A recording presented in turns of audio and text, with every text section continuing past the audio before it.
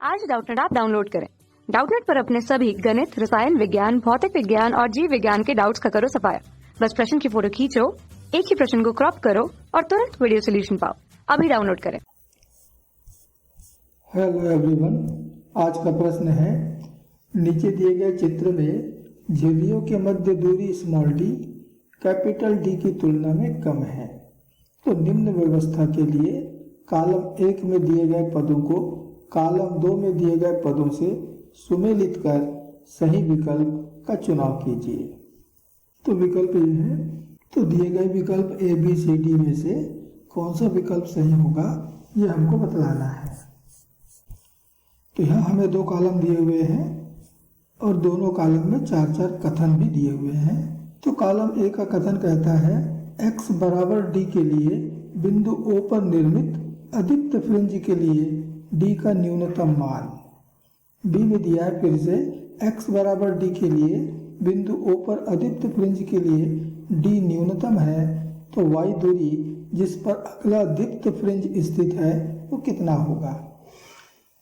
सी में दिया है x बराबर d के लिए फ्रिंज की चौड़ाई, और अंतिम दिया हुआ है x बराबर d/2 के लिए बिंदु O पर अदीप्त फ्रिंज के लिए d का न्यूनतम मान। अर्थात पर्दे पर कहाँ किसी बिंदु पर अदीप्त फ्रिंज के लिए क्या शर्त होगी, दीप्त फ्रिंज के लिए क्या शर्त होगी और फ्रिंज की चौड़ाई कितनी होगी, ये कुछ बातें हमें यहाँ पर ज्ञात करने हैं। तो हम चित्र में फिर वापस जाते हैं।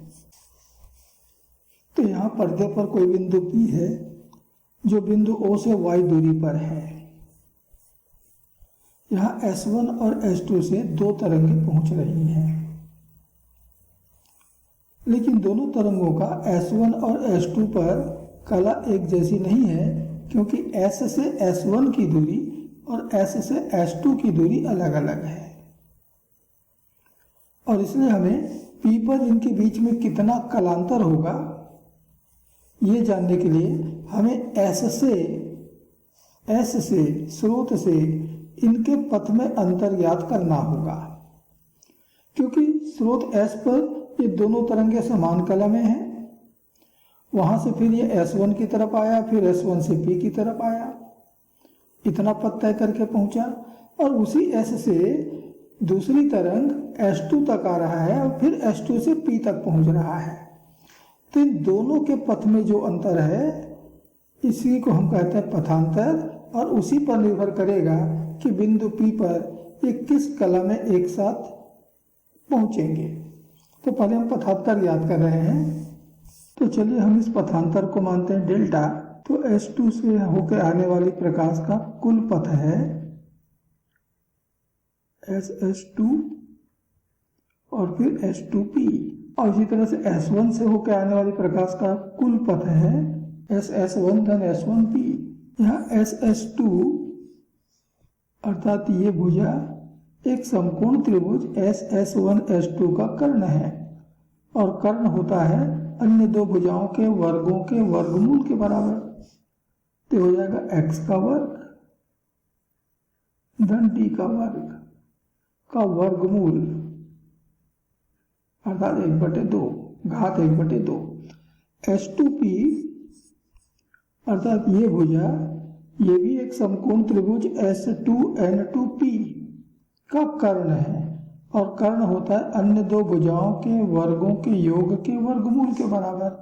तो एक भुजा ये हो गई, और ये भुजा तो यानी S2N2 ये तो d के बराबर है, तो हो गया d का वर्ग, और दूसरी भुजा ये है इतनी सी। हम देख रहे हैं कि ये पूरा P तक की जो दूरी है वो y के बराबर है, और O से N2 तक की जो दूरी है वो d के बराबर है। अर्थात ये दूरी हो गई y ऋण d, और इसलिए हमें मिल गया y ऋण d का वर्ग का वर्गमूल। ये कर्ण का मान हो गया। ऋण SS1 चित्र में देखिए x के बराबर, और ऋण S1P एक समकोण त्रिभुज का कर्ण है, तो हो जाएगा अन्य 2 भुजाओं के वर्गों का योग का वर्गमूल। एक भुजा d लंबाई का है और दूसरी भुजा y लंबाई का है। इतना मैं यहाँ से पहले वाले पद से यहाँ से मैं x वर्ग को बाहर कर देता हूँ, यहाँ से d वर्ग को बाहर कर देता हूँ, यहाँ से भी d वर्ग को बाहर कर देता हूँ, तो x वर्ग बाहर जाएगा तो उसका घात 1/2 होके जाएगा अर्थात x। तो ये मैंने पहले पद से x बाहर किया। ठीक इसी प्रकार मैं यहाँ से d वर्ग बाहर कर रहा हूँ, तो d वर्ग बाहर जाएगा तो वर्गमूल होके जाएगा, और वर्गमूल होके जाएगा अर्थात d। अब d या y ये x या कैपिटल D की तुलना में बहुत छोटे हैं, और इसलिए यहाँ पर द्विपद प्रमेय का हम उपयोग कर सकते हैं। तो द्विपद प्रमेय का हम उपयोग कर रहे हैं, और इसलिए घात सीधे दूसरे में गुना होगा, और फिर सारे ब्रैकेट हम खोल देते हैं, सारे कोष्ठक खोल दो। तो ऋण x ऋण d और धन x धन d आपस में हो गए, कट गए। अब इस कोष्ठक को हम फिर से खोल लेते हैं, तो इतना मिल गया d वर्ग बटे 2x धन y वर्ग धन d वर्ग ऋण 2yd, y ऋण d का वर्ग हमने किया बटे 2d ऋण y वर्ग बटे 2d, और इसको सबको अलग अलग कर देते हैं। ये y वर्ग बटे 2d और ये ऋण y वर्ग बटे 2d फिर कट गए। पहले दो पद से d वर्ग बटे 2 उभयनिष्ठ आ रहा है, तो इतना बचा, और यहाँ से 2 कट गए, तो ये हो गया हमारा उन दोनों तरंगों के बीच में जो बिंदु B पर पहुंच रही है, S1 और S2 से पहुंच रही है, का पथांतर। तो कहता है x बराबर d, यानी x और d बराबर हैं, और बिंदु दिया है O, P न लेकर के हम O पर हैं। पर निर्मित अदीप्त फ्रिंज के लिए d स्मॉल d का न्यूनतम मान कितना होगा। तो हमें पथांतर वाले सूत्र में x की जगह d रखना होगा, और हम यदि बिंदु O पर हैं, P पर नहीं, बिंदु O पर हैं, हम इस बिंदु P पर नहीं है, हम यहाँ पर है, बिंदु O पर है। यदि बिंदु O पर है, इसका मतलब कि y का मान 0 हो जाएगा। बिंदु O के लिए y का मान 0 मिलेगा। तो x की जगह पे d और y की जगह पे 0 ये रख देते हैं। और ध्यान देना किसने कहा है कि बिंदु O पर निर्मित अदीप्त फ्रिंज, हमें अदीप्त फ्रिंज के लिए शर्त निकालनी है कि स्मॉल d का न्यूनतम मान क्या होनी चाहिए। तो अदीप्त फ्रिंज तो तब बनता है जबकि डेल्टा का मान, पथांतर का मान लैम्डा बटे 2 होगा, पहला अदीप्त फ्रिंज। और साथ ही कहता है कि जो x है वो कैपिटल D के बराबर होगा, और y जो है वो 0 होगा, क्योंकि हम बिंदु O पर हैं। तो सारे मान रख देते हैं। तो मैंने डेल्टा की जगह रख दिया लैम्डा बटे 2 बराबर d वर्ग बटे 2, और यहाँ पर x की जगह भी अगर मैं d रख देता हूँ तो 1/d धन 1/d अर्थात 2/d, और y का मान तो 0 हो गया, तो ऊपर हो गया है। तो ये 2 और ये 2 कट गए, तो इस d को मैं उस तरफ ले चलूँ तो d लैम्डा बटे 2 बराबर d का वर्ग, और इसलिए d का न्यूनतम मान होगा वर्गमूल d लैम्डा बटे 2। तो a के साथ में ये विकल्प आएगा। तो कॉलम 2 में ये दे रखा है 4 में, तो a के साथ जो सुमेलित हो रहा है वो है 4। मैं b और c को ना हल करके एक बार मैं d को हल कर रहा हूं, क्योंकि ये केवल x का मान बदल रहा है, बाकी सब ज्यों कहते हुए हैं। x बराबर d बटा 2 के लिए बिंदु O पर अदीप्त फ्रिंज के लिए d का न्यूनतम मान क्या होगा। x बराबर d बटा 2 रखना है, y बराबर 0 रखना है, और पथांतर तो वही रहेगा लैम्डा बटे 2 अदीप्त फ्रिंज के लिए। तो डेल्टा बराबर लैम्डा बटे 2, x बराबर कहता है d बटे 2, और हम बिंदु O पर हैं इसलिए y बराबर 0। तो डेल्टा की जगह मैंने फिर रख दिया लैम्डा बटे 2 बराबर d वर्ग बटे 2, अब 1 बटा x, x की जगह हो गया d बटे 2 धन 1 बटा d, तो हो गया 2 बटा d धन 1 बटा d अर्थात 3 बटा d। इस 2 और इस 2 को मैं काट देता हूं, तो लैम्डा बराबर d वर्ग गुणित 3 बटा d,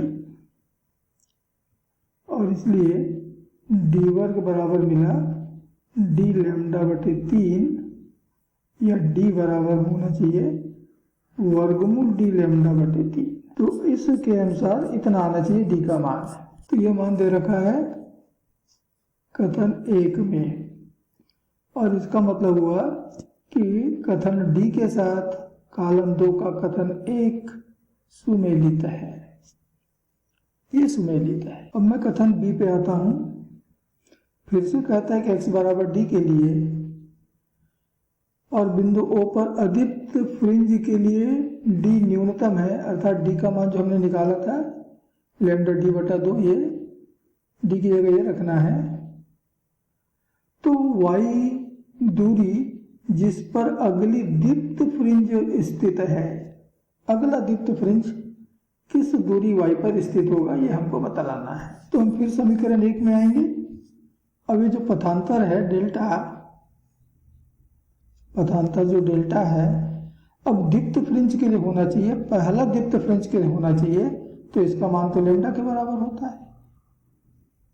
जब पथांतर n लैम्डा के बराबर होता है तो दीप्त फ्रिंज बनता है। अब प्रथम दीप्त फ्रिंज के लिए n का मान 1, तो d की जगह हमको रखना पड़ेगा लैम्डा, x जगह रख फिर से दे दिया है कैपिटल D, और जो d का मान जो है वो न्यूनतम मान जो हमने निकाला है d लैम्डा बटे 2 का वर्गमूल, ये रखना होगा। और फिर हमको बताना है कि y कितना होगा।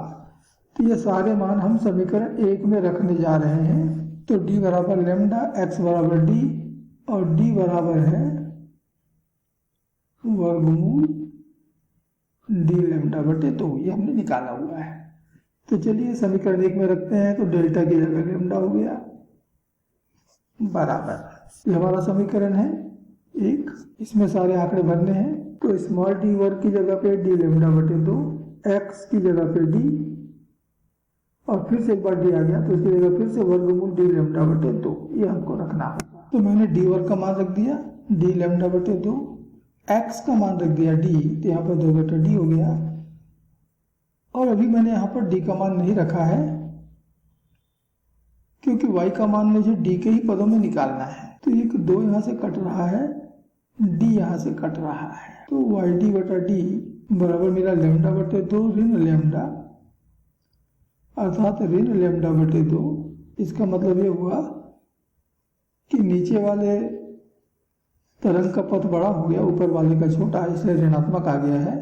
मैं केवल इसका मान ले लेता हूँ, इतना मिला। तो y बराबर d लैम्डा बटे 2 बटे d। अब देखिए d लैम्डा बटे 2, आप यहाँ से देखें तो ये तो d वर्ग के बराबर हो जाएगा, d का वर्ग बराबर d लैम्डा बटे 2। तो मैं d लैम्डा बटे 2 की जगह d वर्ग रख लिया, अर्थात d। तो y बराबर d पर हमें पहला दीप्त बैंड मिलेगा। तो ये मान आ रहा है तीसरे में, तो b के साथ में मैच किया 3, और इसलिए c के साथ मैच करेगा 2। देखो फ्रिंज की चौड़ाई होता है काले से काले की दूरी या चमकीले से चमकीले की दूरी। तो एक काला बना है O पर, हमने x बराबर d के लिए हमने क्या पाया था, O पर काला फ्रिंज बना है। फिर d दूरी पर, ये d दूरी पर चमकीला फ्रिंज बना, तो वहां से निश्चित है कि फिर से d दूरी पर काला फ्रिंज बनेगा, अर्थात O के काले से अगला जो काला होगा वो 2d दूरी पर होगा। और इसलिए यहाँ पर फ्रिंज की जो चौड़ाई आ रही है वो 2d के बराबर आ रहा है। तो ये हमारे कोड आ गए, a के लिए 4, b के लिए 3, c के लिए 2 और d के लिए 1। 4 3 2 1। और इस प्रकार विकल्प ए हमारे लिए सही होगा, 4 3 2 1। धन्यवाद। कक्षा 6 से 12वीं से लेकर नीट, IIT, JEE वो एडवांस के लेवल तक 1 करोड़ से ज्यादा छात्रों का भरोसा। आज ही डाउनलोड करें डाउटनेट ऐप या व्हाट्सएप करें अपने सारे डाउट्स 8400 400 400 पर।